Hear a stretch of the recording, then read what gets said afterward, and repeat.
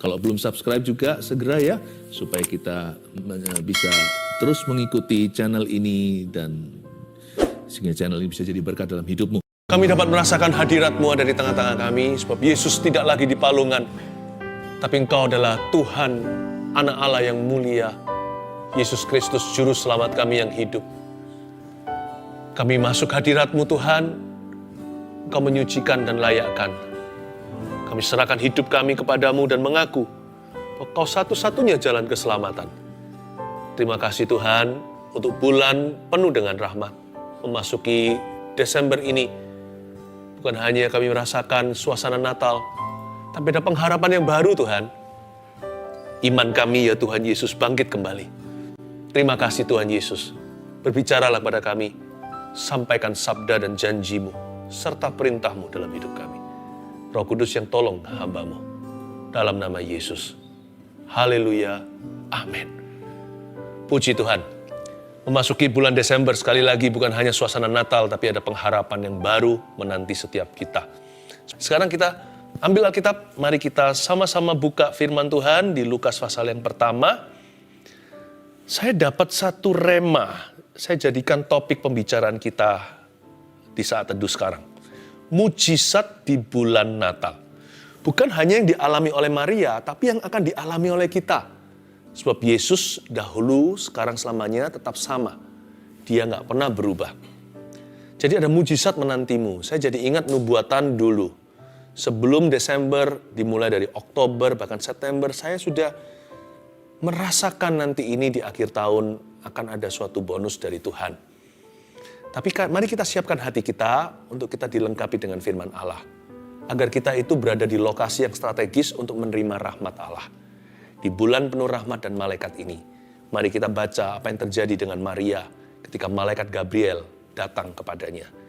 Lukas 1 ayat yang ke-26. Kita mulai pemberitahuan tentang kelahiran Yesus yang akan kita baca.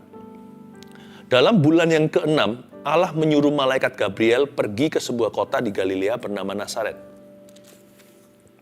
Kepada seorang perawan yang bertunangan dengan seorang bernama Yusuf dari keluarga Daud, nama perawan itu Maria. Saya jelaskan dulu di ayat 26, kejadian itu dalam bulan yang ke-6, ini bukan bulan Juni maksudnya, tapi dalam bulan ke-6, kehamilan Elisabet mengandung Yohanes Pembaptis. Kalau Anda lihat dari ayat sebelumnya, nggak usah dibuka. Setelah Elisabet itu mengandung, dia menyembunyikan diri, tidak menampilkan diri, tidak menampakkan dirinya di tempat publik, selama 5 bulan banyak berdoa.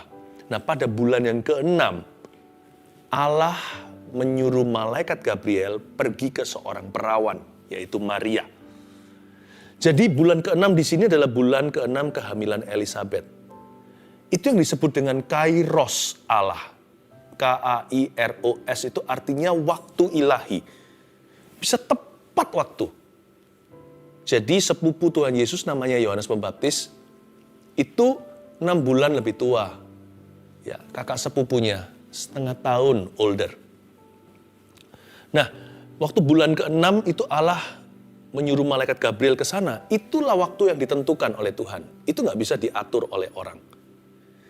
Saya percaya yang namanya waktu itu berjalan sama. Perbedaan paling wilayah Indonesia Barat, Tengah, Timur, atau benua lain. Tapi sebenarnya kita semua berjalan di waktu yang bersamaan. Tik-tok setiap detik, setiap menit, lalu jam. Lalu lewatlah hari, AM/PM-nya. Dalam waktu itu Tuhan bekerja. Dalam perputaran waktu, Allah punya rencana dalam kehidupan manusia. Setiap orang akan memperoleh kairos atau waktu ilahinya ketika Allah melawat dia. Mungkinkah malam hari ini, atau Anda yang nggak menyaksikan Saat Teduh ini live, mungkinkah sekarang, tadinya Anda nggak live, sekarang Anda nyalakan ini, Anda dilawat Tuhan. Setiap orang punya kairos atau waktu ilahi yang Tuhan tentukan agar dia berjumpa dengan Juru Selamatnya. Saya mengalami pertemuan dengan Tuhan Yesus yang membuat saya lahir baru itu 28 tahun lalu. Jikalau hari ini, sekarang kita live-nya ini tahun 2020. Saya mengalami jamahan Tuhan yang tiada duanya. Setiap orang ada waktu di mana dia ketemu dengan Tuhan. Tapi kita juga bisa minta kairos itu. Siapa tahu Tuhan kabulkan. Kita minta bulan Desember ini menjadi bulan berkat korporat. Kita minta supaya kita semua mengalami sesuatu dengan Roh Kudus. Lalu Tuhan menyuruh malaikat Gabriel pergi ke sebuah kota. Kota di Galilea itu namanya Nazaret. Kota Nazaret ini pertama kali disebut di Alkitab. Sejak perjanjian lama dari kitab Kejadian, tidak pernah disebut. Ini kali pertama Nazaret itu dimention di dalam firman Tuhan. Nazaret itu nggak ada di GPS. Ya zaman dulu belum ada teknologi. Andai kata sekarang ada pun nggak ada di peta. Terlalu tidak signifikan, terlalu kecil itu kota. Belum lagi ekonominya miskin. Kota tersebut kota pinggiran. Tidak ternama. Tidak ada khasnya apa-apa. Minimal makanan khasnya apa. Itu kota-kota gembala. Sampai sekarang pun bukan kota kenamaan. Dia dikenal karena sejak hari itu Yesus disebut sebagai Yesus dari Nazaret. Makanya Nazaret terkenal sekali. Tapi kota ini sebenarnya tidak signifikan. Kenapa Tuhan pilih ya? Nggak tahu. Kalau kita tanya sekali lagi, kenapa Tuhan pilih saya? Mungkin Anda bertanya yang sama kan, kenapa Tuhan pilih aku? Nggak tahu. But I'm glad He did. Saya bersyukur Dia memilih kita. Nameless and faceless. Tanpa nama, tanpa wajah. Tuhan itu nggak pro orang-orang yang dikenal. Tuhan itu pro orang-orang yang rendah hati. Orang-orang yang mencari. Orang yang mencari wajahnya, pasti menemukannya. Orang Majus dari timur aja cari bintang kok, ketemu Tuhan. Kita cari Tuhan, masa ketemu bintang? Tuhan itu baik. Nazaret masih Tuhan temukan. Meskipun dia tidak ada di GPS, tidak ada dalam peta, kota ini dilupakan, tapi Tuhan tidak melupakannya. Pernahkah Anda merasakan, aku ini seperti Nazaret? Aku bukan New York, bukan Tokyo. Aku juga bukan kota-kota besar itu yang kenamaan. Aku ini tiada artinya. Tapi apa yang tiada artinya bagi dunia, berarti bagi Allah. Nazaret ditemukan pada radarnya Tuhan. Dia ditemukan pada radarnya Allah yang Maha Kuasa. Tuhan hari itu menilik sebuah kota yang tiada nilainya. Dan Tuhan memilih tempat itu untuk menjadi kota Gabriel pergi dan menemukan Maria. Dan Yesus pun nanti dibesarkan di situ. I don't want you, di bulan Desember ini Tuhan tidak menginginkan seorang pun merasa dia tidak berharga. Jesus loves you, you see. Izinkan saya ngomong ini, tangkap dengan hati ya. Gak semua bisa diajarkan. Andai kata di seluruh dunia waktu itu, orang berdosa hanya engkau satu, Tuhan tetap akan turun dan mati di Kalvari. Tapi Tuhan tidak perlu lakukan itu lagi sekarang, karena Tuhan sudah mati sekali untuk selama-lamanya menebus dosa manusia. Tinggal Anda yang terima Tuhan, tinggal saya yang terima Tuhan. Tuhan itu mengasihi Anda sedemikian rupa. Saya larang di bulan Natal ini siapapun merasa tidak berharga. Tapi Pastor Philip tidak tahu saya ini sudah dosanya banyak. Kalau memang kita bisa melakukan sesuatu membuat Tuhan lebih cinta kita, berarti Tuhan mati di kayu salib itu bukan anugerah. Kalau kita tidak bisa membuat Tuhan lebih sayang sama kita karena perbuatan kita, kita juga nggak bisa membuat Tuhan tidak sayang sama kita atau kurang sayang karena kelakuan kita. Tuhan itu mencintai Anda apa adanya. Ya, sekalipun Anda merasa tidak layak, Tuhan mengasihi Anda. Jadi saya ingin Anda dan saya untuk sama-sama set on the right foot dulu. Bangun tidur itu, kita itu berdiri di kaki yang benar. Kita mulai saat teduh ini dengan satu hal dulu, bukan mujizat, tapi kasih. Dimulai dengan ini, Jesus loves me, this I know for the Bible tells me so. Yesus cinta padaku, aku tahu karena Alkitab mengatakannya. Semua mujizat Tuhan, berikutnya bonus apapun, beranjak dari situ karena kasih tidak berkesudahan dan kasih tidak pernah gagal. Ya, kuasa Tuhan pun bertumbuh pada kasihnya. Karena besar kasih Allah kepada dunia. Bukan karena kuasanya, karena kasihnya besar. Dia mengutus anaknya yang tunggal, supaya barang siapa percaya kepadanya, tidak binasa, melainkan beroleh hidup yang kekal. Lalu kuasa pengampunan dosa tiba. Lalu memindahkan nama kita dari maut kepada kitab kehidupan. Memindahkan jiwa kita dari neraka seharusnya kepada sorganya yang kekal.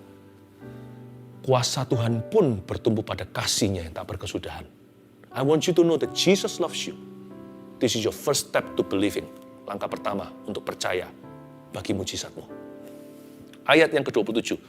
Kepada seorang perawan yang bertunangan dengan seorang bernama Yusuf dari keluarga Daud. Nama perawan itu Maria. Nah, berhenti di sana ayat 27, saya mau jelaskan bagi Maria ini kabar baik tapi juga bisa jadi kabar buruk.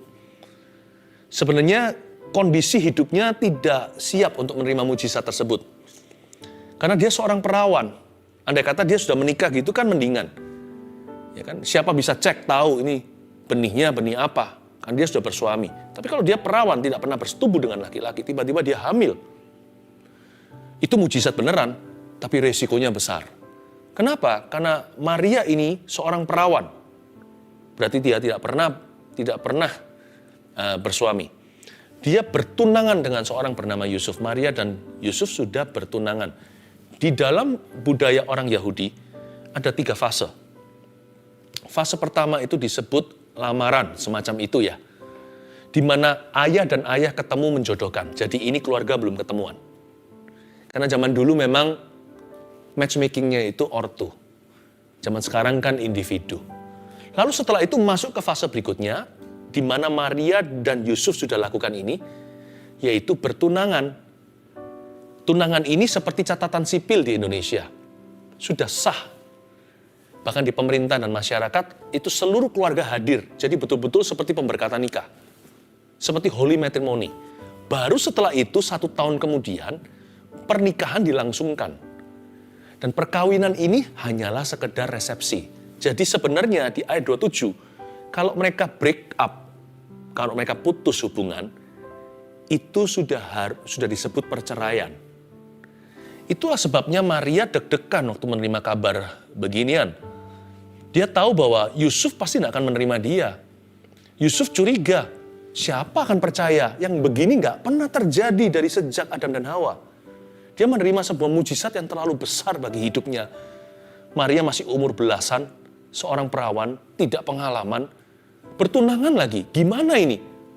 Kadang-kadang algoritmanya tidak bisa ketemu, rumusnya nggak ada. Mujizat ketika tiba itu rasanya nggak pas.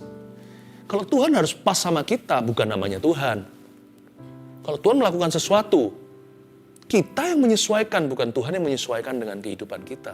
Dan kalau Tuhan yang melakukannya, Tuhan selalu bertanggung jawab, Tuhan akan menyertai kita sampai tuntas. Gak pernah Tuhan suruh kita melakukan sesuatu, lalu Tuhan tinggalkan kita atau cuci tangan. Maria untungnya tidak hanya bersandar pada logika, dia punya iman. Makanya kalau ikut Tuhan hanya logika doang, atau akal budi saja, tidak akan setengah jalan. Nggak akan nyampe sampai segitu saja nggak akan tiba. Nggak akan bisa langgeng sama Tuhan. Karena Tuhan itu besar. Dia lebih besar daripada pikiran kita. Ayat 28, ketika malaikat itu masuk ke rumah Maria, ia berkata, "Salam, hai engkau yang dikaruniai, Tuhan menyertai engkau." Maria terkejut mendengarkan perkataan itu. Lalu bertanya dalam hatinya, apa arti salam itu? Ayat 28, malaikat itu masuk dan berkata, "Shalom, damai sejahtera. Hai engkau yang dikaruniai, Tuhan menyertai engkau." Kata dikaruniai, karena malaikat itu menyebut bahwa Maria itu dikaruniai. Kata dikaruniai di sini itu artinya received grace. Kasih karunia atau karunia yang diterima. Lalu berhenti di sana. Ini bukan karunia yang disalurkan loh ya. Ini juga bukan karunia-karunia Roh Kudus karismata yang Paulus catat dan tuliskan di suratnya kepada jemaat di Korintus. Ini bukan karunia pelayanan. Ini karunia yang nggak bisa ditiru. Yang spesifik per family dan per individu. Salam hai engkau yang dikaruniai. Sekalipun Elisabeth mengandung Yohanes Pembaptis, sudah 6 bulan nih ceritanya, dia juga mengalami sesuatu, tapi Maria mengalami yang beda. Malah mujizatnya lebih besar. Elisabeth itu udah tua, udah manula. Betul-betul sudah nggak bisa punya anak. Suami istri mandul. Tapi dikasih Tuhan di masa tuanya, tapi dalam konteks pernikahan. Lalu ketika Zakaria, si imam itu mengalami penampakan malaikat, dia nggak percaya, dia jadi bisu. Mendingan bisu daripada keluar dan ucapkan hal negatif, daripada keluar menyebarkan keraguan, daripada keluar memanifestasikan kebimbangan, Tuhan buat dia bisu itu kasih karunia.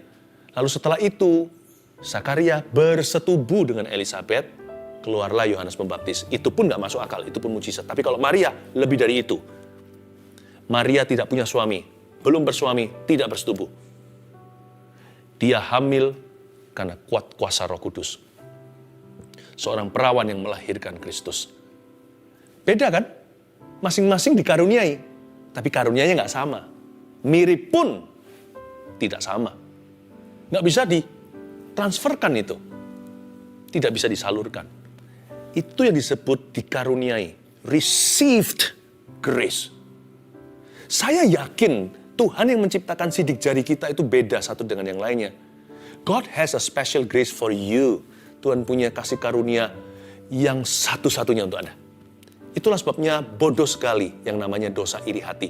Membanding-bandingkan itu juga kebodohan. Kenapa emangnya Tuhan itu kekurangan? Sehingga kita harus membandingkan, sehingga kita harus mengingini. Bukankah masing-masing orang Tuhan berikan sidik jari? Termasuk kembar siam pun beda sidik jarinya. Itulah sebabnya Tuhan kita itu tidak pernah kekurangan hikmat. Karena itu, ini yang dijanjikan oleh Roh Kudus bagi kita semuanya. Karena seperti Maria, kita juga adalah umatnya. Kita adalah umat yang dikaruniai. Mari kita memandang Tuhan seperti hamba memandang tangan Tuannya. Tuhan hendak memberikan apa yang satu-satunya untuk hidup Anda. Apapun itu juga yang sekarang Tuhan anggap dan pandang baik untuk diberikan kepadamu. Saya doa, ini bulan penuh rahmat untuk Anda sekalian dan untuk saya. Salam hai engkau yang dikaruniai, tenanglah. Karuniamu satu-satunya. Maria terkejut mendengar perkataan itu, ayat ke-29. Lalu dia bertanya-tanya dalam hatinya, apa arti salam itu? Maria terkejut. Dia terkejut bukan karena lihat malaikat. Dia terkejut karena perkataan malaikat itu. Malaikat itu ngomong apa sih? Dia berkata salam. Salam ini adalah ucapan kepada orang yang dihormati. Bukannya Maria merasa tersanjung. Alkitab mengatakan dalam bahasa Inggrisnya, Maria terkejut itu artinya Mary was troubled. Dia rasa gak nyaman. Disapa dengan sapaan yang begitu terhormat. Shalom dari malaikat. Dan malaikat berkata apa sama dia? Hai engkau yang dikaruniai. You're about to receive your miracle. Kamu akan terima mujizatmu satu-satunya. Gak ada mujizat seperti ini lagi atau sebelumnya. Maria tidak merasa nyaman. Maria terkejut mendengar perkataan demikian. Kata terkejut di sana artinya troubled atau humbled. Maria merasa gak layak terima itu. Dari sini saya bisa menemukan karakter seorang Maria. She was humble. Tidak ada dalam urat nadi dan darahnya, tidak ada dalam sel-sel tubuhnya perasaan layak, apalagi menuntut Tuhan untuk sesuatu. Makanya orang begini itu gampang menerima, lokasinya strategis, hatinya benar soalnya. Kalau kita kan begitu, ada orang yang bisa kecewa sama Tuhan itu sebenarnya masalah dia bukan kekecewaan, kesombongan. Siapa dia bisa kecewa sama yang Maha Kuasa? Siapa hutang sama siapa? Siapa mati untuk siapa? Siapa yang dosa, siapa yang holy, siapa yang suci? Masalah kecewa sama Tuhan itu bukan masalah kekecewaan. Itu keangkuhan, kesombongan. Siapa bisa kecewa pada yang Maha Kuasa? Merasa dirinya lebih layak dari yang Maha Kuasa. Karena kita menghakimi yang Maha Kuasa. Maria itu nggak ada yang namanya dalam bahasa Inggrisnya the spirit of entitlement. Dia merasa aku berhak.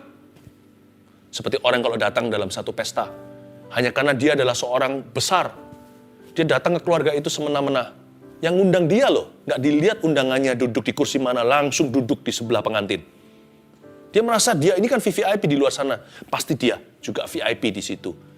Sampai ditegur oleh organisasi. Oleh IO-nya, event organizer-nya. Berkata, Bapak, sorry Bapak kursinya di sebelah sana agak ke tengah. Untung-untung dia tidak di belakang. Marah-marah. Langsung keluar dari pesta. Lalu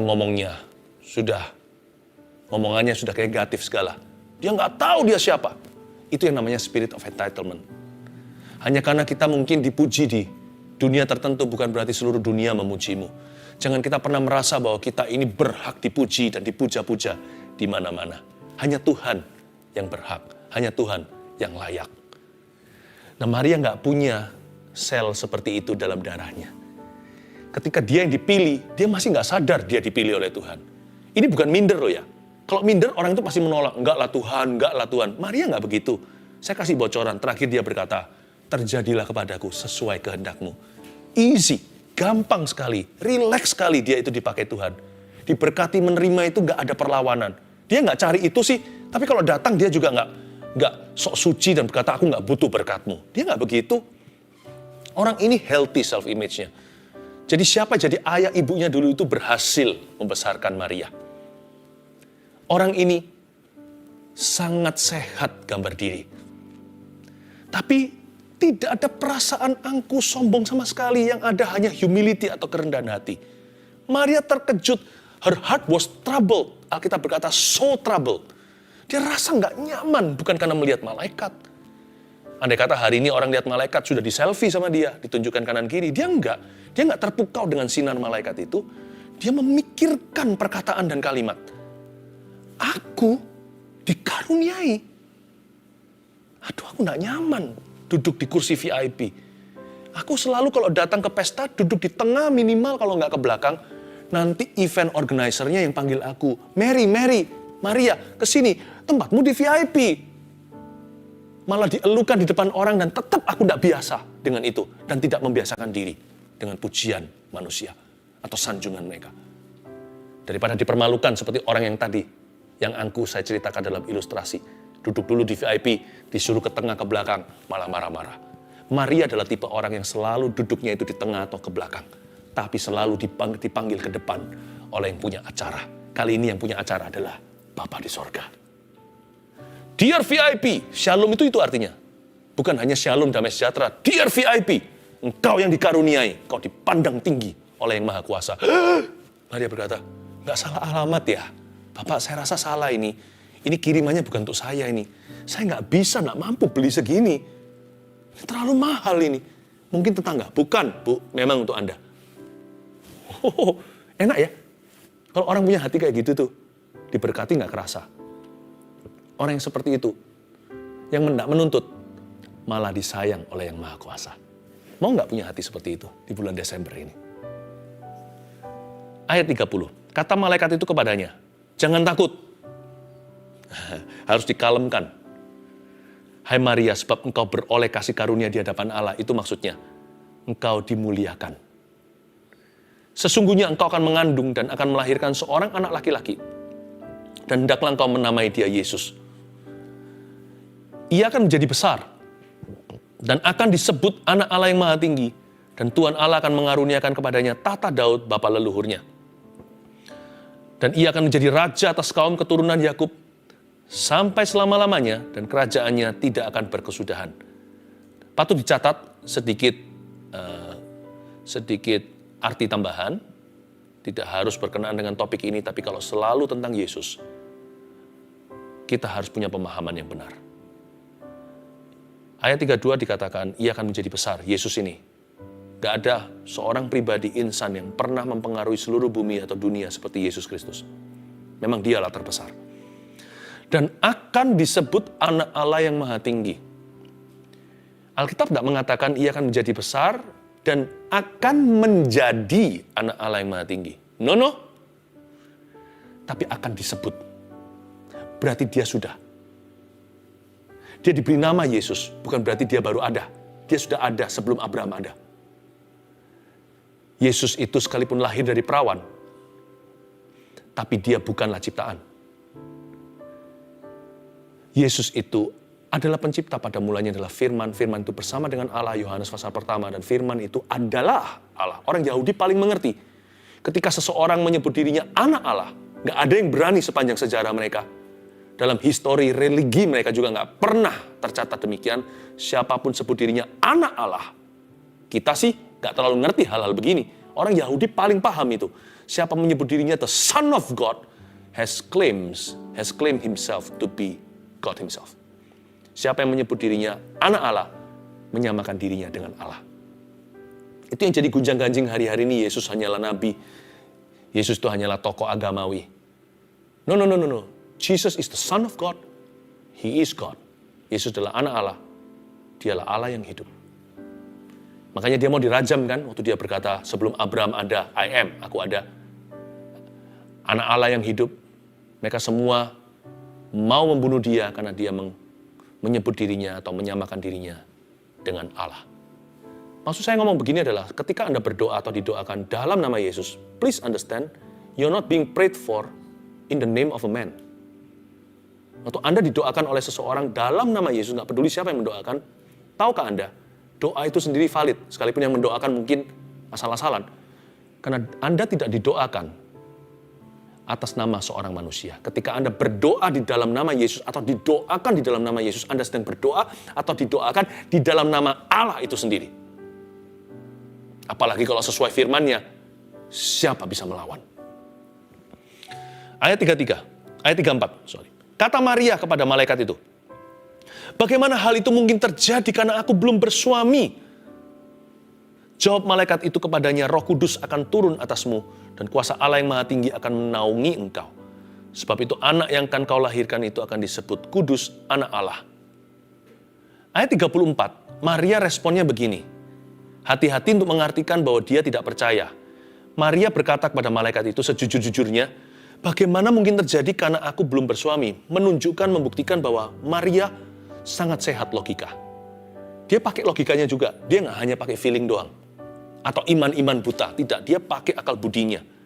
Tapi dia tidak izinkan yang namanya unbelief atau ketidakpercayaan, atau skepticism, atau keraguan merenggut hati dan imannya. Bukannya begitu, malahan Maria itu mengutarakan bukan protes, tapi sebuah pertanyaan sebuah pertanyaan yang legitimate, sebuah pertanyaan yang jujur kepada malaikat itu. Bagaimana bisa terjadi aku belum bersuami? Gimana itu bisa terjadi tanpa persetubuhan? Dan Maria menunjukkan bahwa imannya, sekalipun logikanya berjalan, iman dia itu dipenuhi dengan wonderful feeling. It's a wonderful faith, atau iman yang dipenuhi dengan ketakjuban, bukan keraguan. Ketika dia berkata, wow, bagaimana bisa terjadi? Aku tidak bersuami. Bukan, masa bisa terjadi wong aku bukan bersuami. Lain loh ya tonasinya. Yang satu tadi itu keraguan, kebimbangan, atau lebih protes kepada Tuhan. Mana bisa, buktikan kalau engkau Allah. Itu mencobai Tuhan. Tapi Maria tonasinya begini, wow, Lord, bagaimana bisa terjadi kondisiku begini? Oh Tuhan, aku percaya meskipun aku tidak mengerti. Itu dia. Wonder-filled faith. Iman yang penuhi dengan ketakjuban. How great thou art. Betapa besarnya engkau Tuhan. Lebih besar dari pikiranku dan pengalamanku. Jawab malaikat itu kepadanya, Roh Kudus akan turun atasmu dan kuasa Allah yang Maha Tinggi akan menaungi engkau. Sebab itu anak yang kau lahirkan itu akan disebut kudus, anak Allah. Roh Kudus akan turun. Itulah cikal bakal segala mujizat. Roh Kudus turun. Saya yakin malam hari ini atau kapan Anda menyaksikan ini, Roh Kudus akan turun ke dalam hidupmu. Katakan amin. Yes. Itu cikal bakalnya. Penciptaan juga sama kan? Roh Kudus melayang-layang di atas bumi yang belum berbentuk, gelap gulita, lalu berfirmanlah. Lalu ada firman, jadilah terang, terang jadi. Dan segala sesuatu pun diciptakan. Ketika Roh Kudus turun Pentakosta, gereja dilahirkan. Setelah itu Injil diberitakan. Saya yakin Roh Kudus akan turun. Lalu, bukan hanya itu, kuasa Allah yang Maha Tinggi akan menaungi engkau. Kata kuasa Allah yang Maha Tinggi menaungi engkau itu adalah Shekinah, atau kemuliaan Allah di perjanjian lama, seperti tiang awan, tiang api, atau asap yang memenuhi bait suci, sehingga imam-imam gak bisa berdiri ketika Salomo mentakbiskan bait Allah itu akan turun menaungimu. Kalau Allah bekerja, saya kasih 3 poin sederhana. Inilah intisari mujizat di bulan penuh rahmat. 1, apa yang dilakukan Allah tidak perlu dibantu manusia. Ketika Shekinah glory melingkupimu, something happens to you. Udah itu aja. Sebab mujizat Tuhan itu gak ada teori atau rumusnya. Dan kalau Allah yang melakukannya, manusia tidak perlu membantu. Tugas kita simple saham kosongnya. Hanya percaya, only believe. And you will see my glory, kata Tuhan Yesus. Tapi percaya saja itu gak gampang loh. Melawan arus seluruh dunia, karena kita tinggal di dunia yang anti Kristus. Bahkan di kalangan orang-orang yang mengaku dirinya Kristen pun tidak sedikit yang kedagingan. Karena itu jangan pernah remehkan, masa cuma percaya pastor? Hanya begitu saja. Jangan hanya bilang, begitu saja. Karena percaya itu tidak mudah. Tapi tugas kita hanya percaya. Sebab Allah tidak perlu bantuan Anda. Maria waktu itu berkata, bagaimana mungkin terjadi? Butuhkah dibantu seorang suami? Malaikat berkata, Roh Kudus akan turun. Dan Shekinah Glory akan melingkupimu, termasuk rahimmu. Something will happen to you.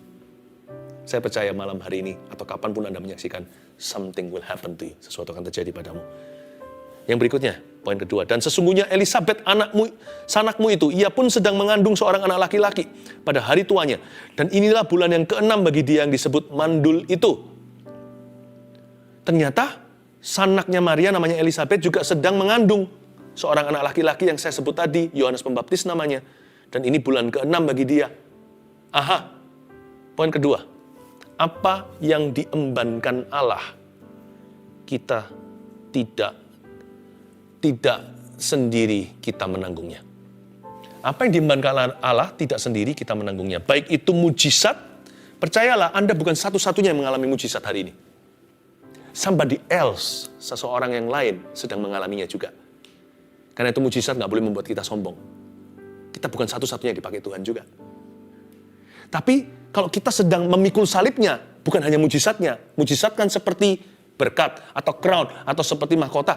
Tapi salibnya, kalau kita harus pikul hari ini mengalami 1-2 masalah yang rasanya besar melebihi kapasitas kita. Remember this, all your brothers, semua saudara seiman di seluruh dunia mengalami hal-hal yang mirip atau serupa dengan yang Anda lalui.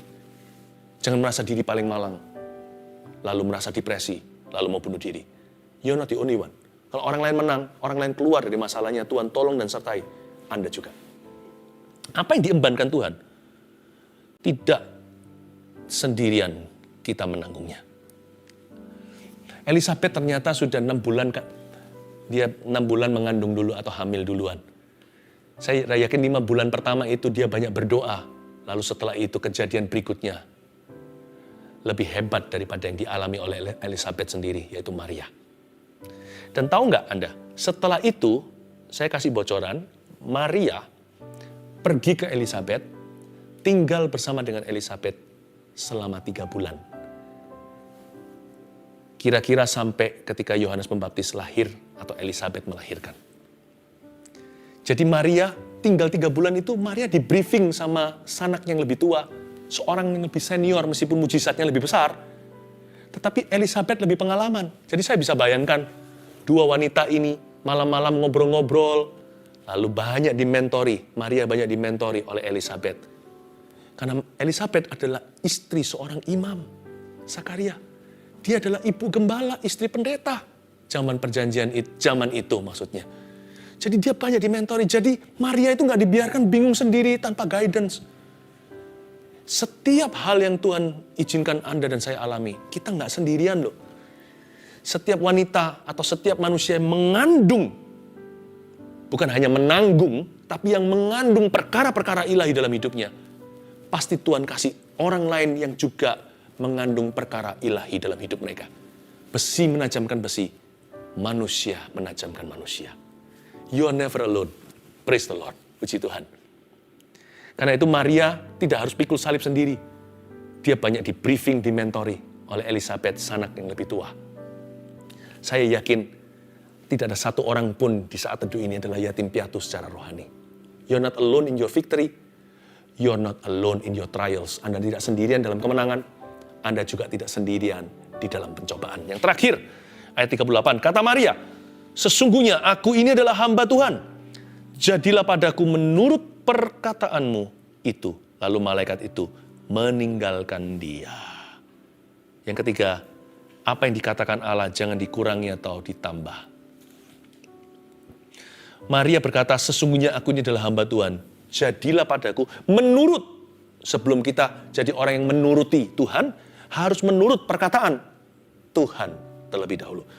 Jadilah padaku menurut perkataanmu itu, lalu malaikat itu meninggalkan dia. Pentingnya pengakuan iman yang pas ketika Anda mengalami sesuatu yang Anda belum mengerti sepenuhnya. Maria nggak tahu ini plus minusnya di mana, pro kontra. Dia nggak tahu nanti reaksi Yusuf mau meninggalkan dia, untung ada malaikat bekerja. Masuk ke mimpinya beritahu, jangan, itu dari Roh Kudus. Dia juga nggak tahu nanti suatu hari Yesus akan ketinggalan di bait suci umur 12 tahun. Dia juga nggak mengerti nanti waktu Yesus umur 33,5 tahun akan disalib dengan begitu kejam dan kejinya, persis di depan mata mama. Dia nggak ngerti semuanya ini. Tapi dia hanya berkata, Tuhan, aku terima sesuai perkataanmu. Jangan dikurangi please, jangan ditambah. Pewahyuan itu akan membuatmu mengerti step by step, heart to heart. Tapi yang pasti, pengakuan iman kita ketika kita mengalami mujizatnya atau kita mengalami tantangan apapun juga, pastikan kita itu menaruh dalam kata-kata yang tepat ketika kita berdoa di hadapan Tuhan. Contohnya kalau kita nggak mengerti apa yang kita alami, kita bisa berkata, sekalipun aku tidak memahami, tapi aku tahu rencanamu indah bagiku. Bukankah dikatakan begitu? Rancangan Tuhan lebih tinggi. Dan Tuhan punya rancangan damai sejahtera. When you don't understand a thing, always say the right thing. Waktu kita belum mengerti apa-apa, selalu ucapkan apa yang benar, yang Anda sudah mengerti lebih dulu dari firman Allah. Pengakuan imanmu akan menentukan penyertaan Tuhanmu. Pengakuan iman Anda akan menentukan mujizat Anda. 1, 2, 3, apa yang dilakukan Allah tidak perlu dibantu manusia. Apa yang diembankan Allah tidak sendirian kita menanggungnya. Apa yang dikatakan Allah jangan dikurangi atau dipulihkannya. Sekali lagi bagi Tuhan, tak ada yang mustahil. Bagi Tuhan tak ada yang tak mungkin. Mujizatnya disediakan bagiku. Ku diangkat dan dipulihkannya. Rahmat dari Bapa, Putra, dan Roh Kudus di dalam nama Yesus Kristus. Terimalah mujizatmu untuk kemuliaan Tuhan. Haleluya.